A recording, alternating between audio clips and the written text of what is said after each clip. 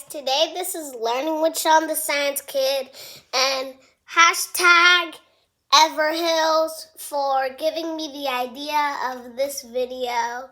I love you guys and thanks for helping my mom become a businesswoman. Anyways, so as this channel being Learning with Sean the Science Kid, we are going to talk about the thing that helps you learn. Now, I'm going to go, I already made a video on this topic, but it was less context. Today I'm going to be explaining it in better context and more explanation. So now we are going to learn about how the brain works. So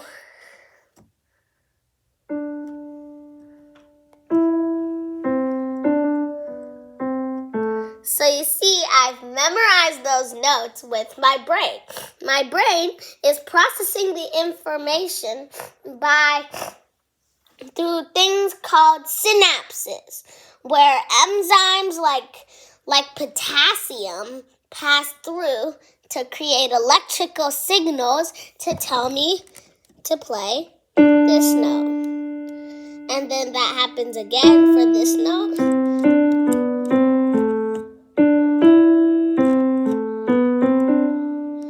So for every note, hundreds of billions of neurons and synapses.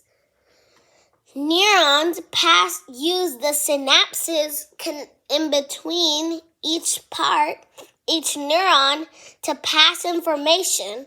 Then the brain sends the signal through the spinal cord, then to the arm, and then it goes into the muscle. The muscle cells get triggered because ATP goes into the muscle cells to create tension, and then the muscle pulls, which creates some tension. Then ATP goes into it, which makes it move, which makes my hand move to press the note. And then the piano processes that note, just like exactly how our brain processes me moving my finger. So, let's draw a brain. So good. So, let's draw a brain. We have our board of brains. Yeah. Sorry. Okay. Brainy. I'm going to be drawing the brain blue because of limits of supplies. But if you looked into a real brain, it wouldn't look pink, it wouldn't look blue, it wouldn't look red, it would look gray, white, and black. Because there's 60% of gray matter. So I'm going to draw a brain. Don't worry. I'm not that good at drawing. So don't believe me because of how it looks. Never mind. I know I'm not really that good at drawing, but this cannot stay. So guys, I will be erasing this for you guys and redrawing it. Oh, you know what I could do? I could just draw an outline of my forehead. So you see.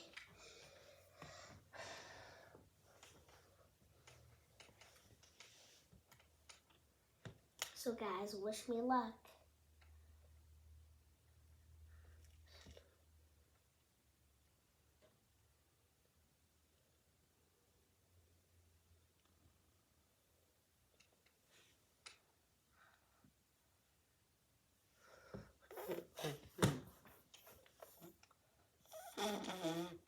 Yeah, this is a way better brain. This is actually what a brain looks like. I'll be getting something to support the camera. So guys, this is our brain of science.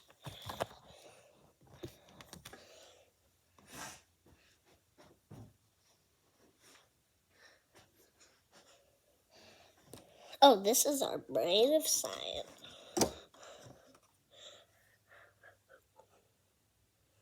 So guys, this is the brainstem, and we'll draw the head around it.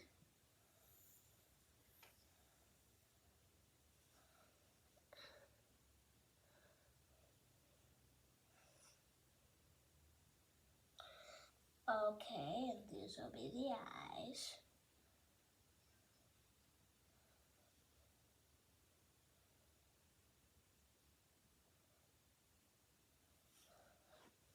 This will be the nose. This part will be the nose.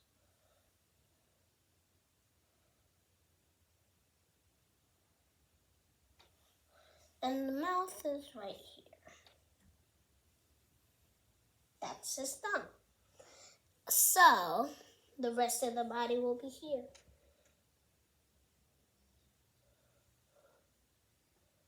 And the spinal cord is right here. This is the spinal cord. His arm.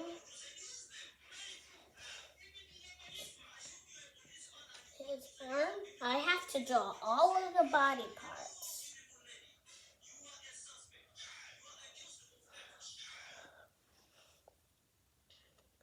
So guys, coming down.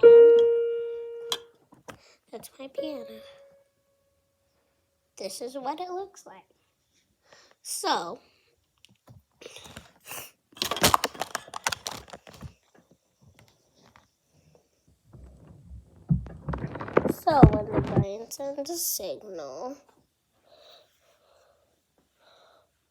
when the brain sends a signal, down, this is the spinal cord, and here are the nerves branching out. These are the nerves branching out. And the brain has millions of neurons, and did you know that the wrinkles in the brain are different parts of the brain, different connections that make that help the brain learn. An important piece of information that we learned into everyday experiences is stored in every one of these wrinkles. If you somehow counted all of the wrinkles, which would probably take years, then you could find the amount of knowledge that a person has. Now, I used to take some brain classes, so there are some big separations in the brain and this is called a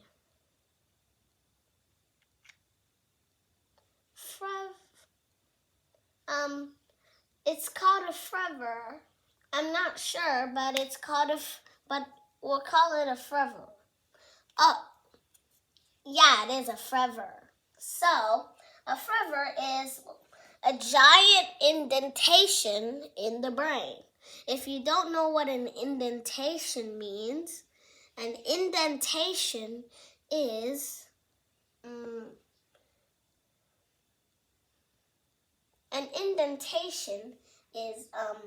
a separation, basically a giant dent.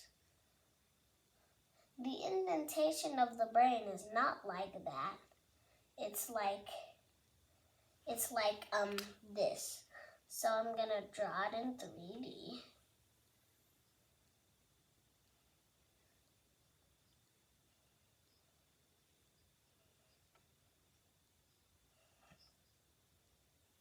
like that, and the indentation is like this.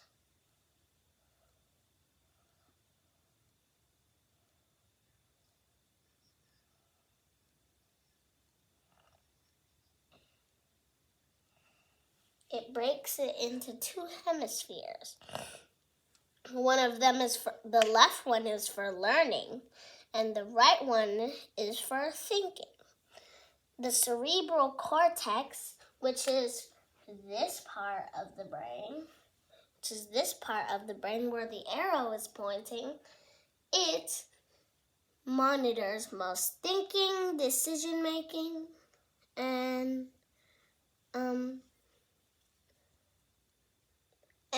remembering, thought making, and drinking, and dreaming.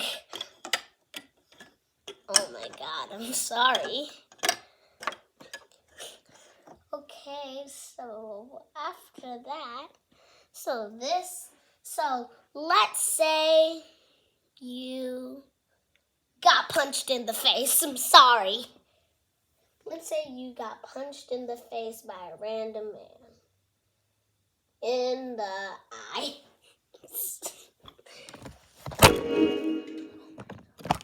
That's painful, right?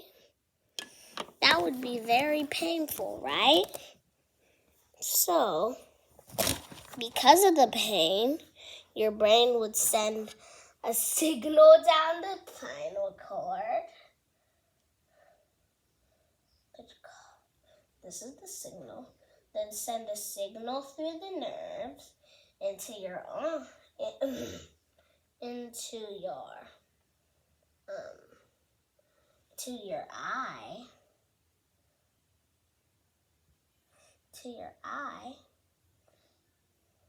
Actually, screw this. Instead of going through the spinal cord, your eyes have a lot of neurons in it. That's how you see. So, instead of a signal going from the brain, a signal goes from the eye to the brain. And then the brain thinks, ouch. And then it sends a signal back to the muscles in your legs to move back away from the punch. And that's how the brain processes information. Now, here's an extra bit of brain processing information. So, you all know the senses: sight,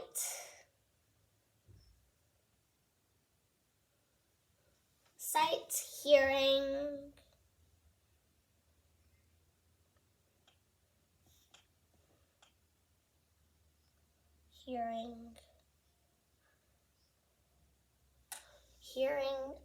smell, taste, and touch.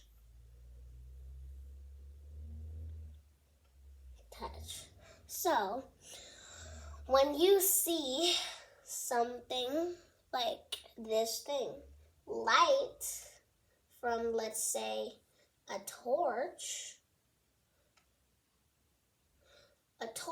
comes and then bounces off of that object into your eye. And then the eye sends a signal to the brain. And then the brain thinks, and then in the eye, in the back of the eye, there are rods.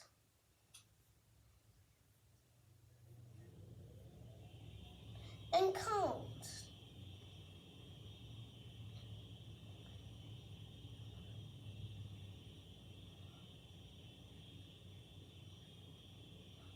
Now the cones aren't actually cones. We just call that for scientific reasons. But to make it simpler, I'm going to draw the rods as literal rods, and cones as birthday hat cones. So this is not medically accurate, but we'll go with it so that it makes sense. Anyway, the cones detect color. So we can color the cones in for color. Now, most cones detect red, green, and blue light. So we're going to color some cones red, some of them green, and some of them blue. You see, there are more blue cones than any other cone. So 3 blue cones, 1 red, 1 green. Because of our space, there are over 100,000 rods and cones in your retina. The retina is the back of the eye. Sight fact. So,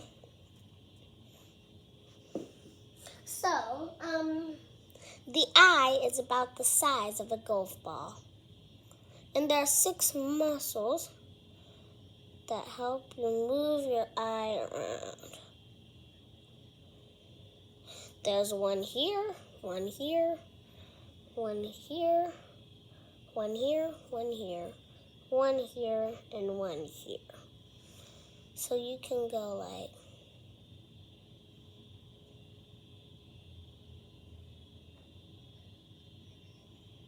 that.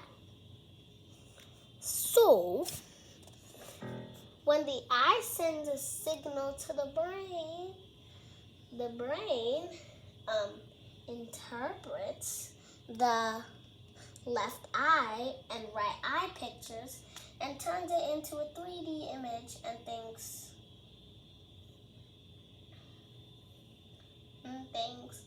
black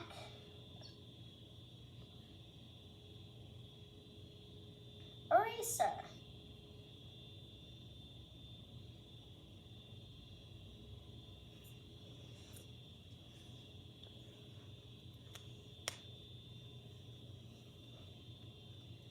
Now let's move on to hearing.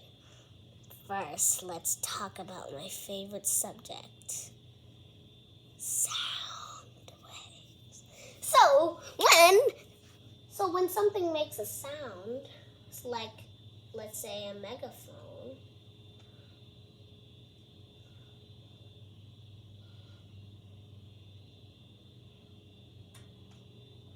and it creates sound waves. They look like little circles going around the megaphone. Once they reach your ear, they go into the ear canal, they go into the pinna, or the outer ear, or this part of your ear. Fun ear fact, most of this part is made out of cartilage, but some of it's bone, and that's why it stays in shape. Cartilage is like very stretchy, like concentrated collagen or something, or you can call it soft bone. So touch your ear and nose. That is cartilage. Some of it is bone, so that it stays in shape and doesn't flop a little bit. So, enough with the outer ear. It confines sound waves in the part. And then we'll draw it as waves. It goes into the ear canal, and then goes to the oval window, aka the eardrum. The oval window is somewhere past the eardrum. So there's the eardrum. It vibrates, so we'll draw some vibrate lines here. And then it goes to 3 bones. 3 bones. One of them is the hammer, so I'm going to try to draw a hammer. And then it goes to the anvil in this order. Anvil. And then it goes to the stirrup. I can draw a stirrup.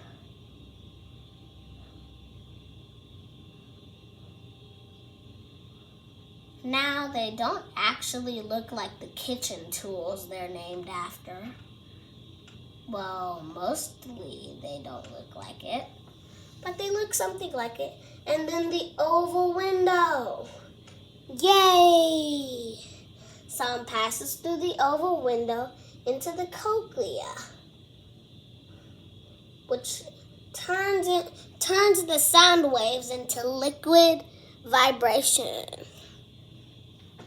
And then it goes, and then it goes through the auditory canal, which is the nerve that goes to the brain, and then it thinks.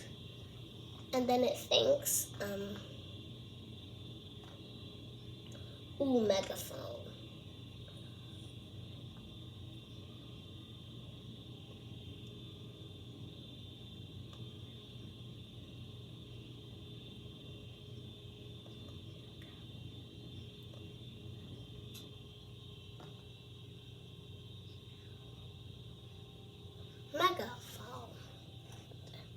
Megaphone. Okay, now let's get to the nose.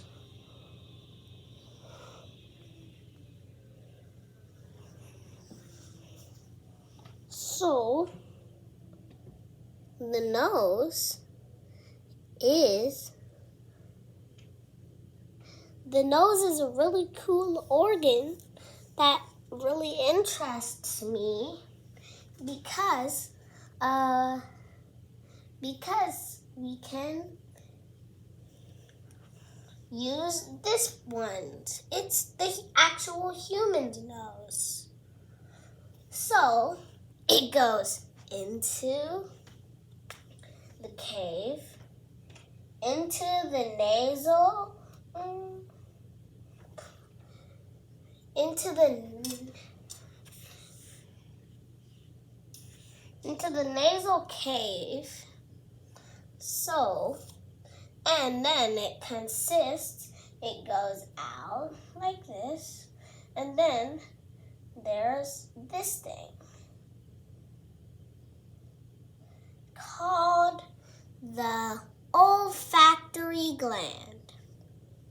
It takes in scents like a rose.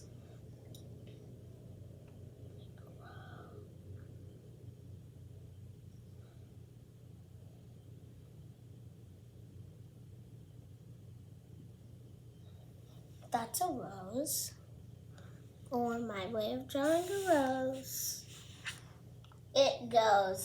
The scents go in. Scents are basically little particles of the object that get taken in by air. Go up and into the olfactory gland, where the olfactory gland takes in the scents, and then it sends a signal to the reception cells in the nose. They're like right up here. They're like here-ish.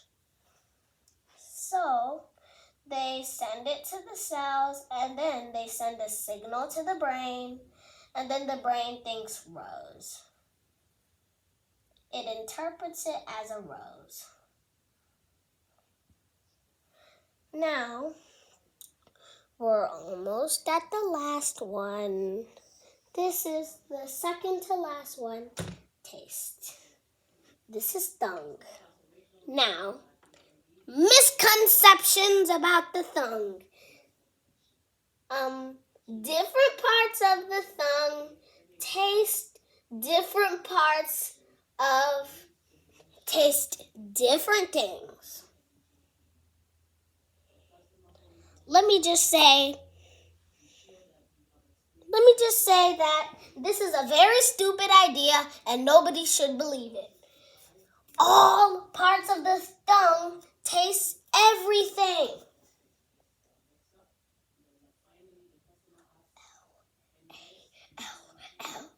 A L L A L L A L L. So you're telling me if I put a sweet lollipop on the side of my tongue, I'm not gonna taste anything? There are papillae everywhere on our tongues. Look. Those dots are papillae. They are not the receptor cells of the tongue. Those are papillae. The receptor parts of the tongues are inside the papillae. Anyway, if you were to eat, I don't know, if you were to eat a piece of cheese, if you were to eat a Lunchable sandwich.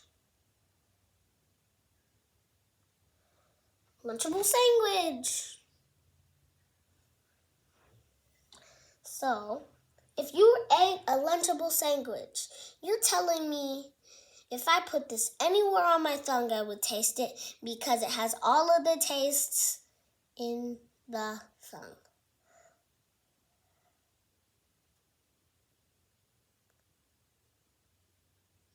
So those were how they drew the sections that taste different tastes. Even preschool, kindergarten science shows, they're showing it like this. This is wrong. This is right. Everywhere tastes everything. So let's get that misconception out of the way and learn how the tongue tastes. So it tastes like this. When you put it onto your tongue or you take a bite, it creates saliva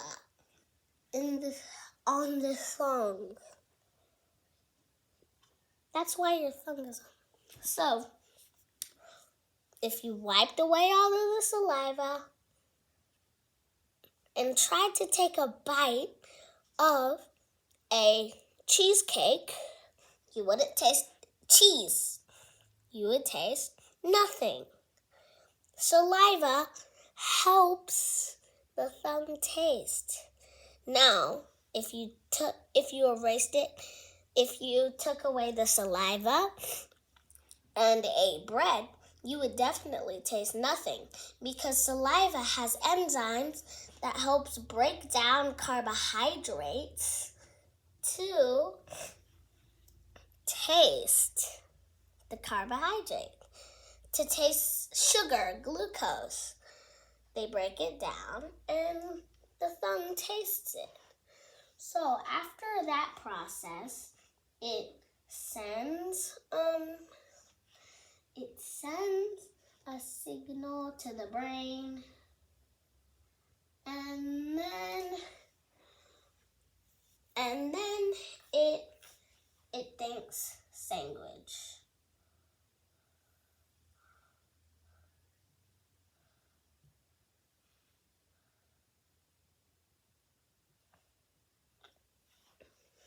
So we sort of already covered touch with the person punching you in the eye.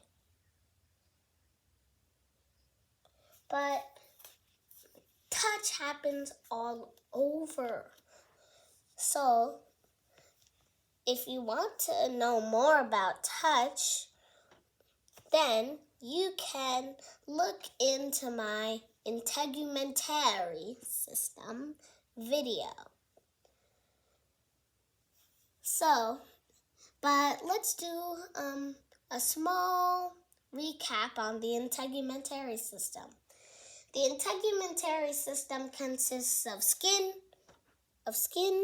hair, and nails. Skin is where most of the touch sensation happens. So right now I am itching my skin. Skin reacts to pressure. So let's draw a line that represents skin. When you touch it, when you touch the skin, it puts a pressure. So this is the skin after. It has a little bend in it because it senses pressure.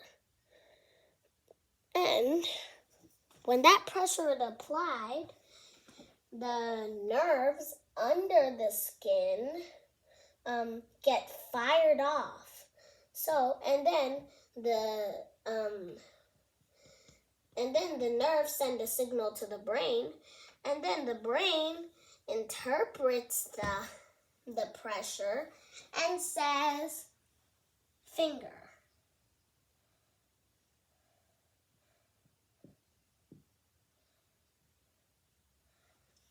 It uses the texture, shape, and feel or touch, how it's applied, to know what you're touching it with. So let's talk about some sensory games you can play to test how good your brain is. First, get a ruler. You can spend some time looking around your house for a ruler. So I got my ruler. Have you got yours? If you got your ruler, start at the 0 mark. Start at the 12 mark. Drop the ruler. And see how many inches you caught it at. If you caught it at 12, then you're a god. Or you just let it go while your fingers are moving. So 3, 2, 1. I caught it at a little bit away from 12. Let's see. Caught it at 12. So a normal person would catch it about 4. About here at 5. Close to the balance point, but not exactly. So I am going to play the same thing that I just played, and in the comments section I want you to tell me what parts of the brain I used to play those notes. And I want you to tell me which senses I used to play those notes and what the science behind each sense is.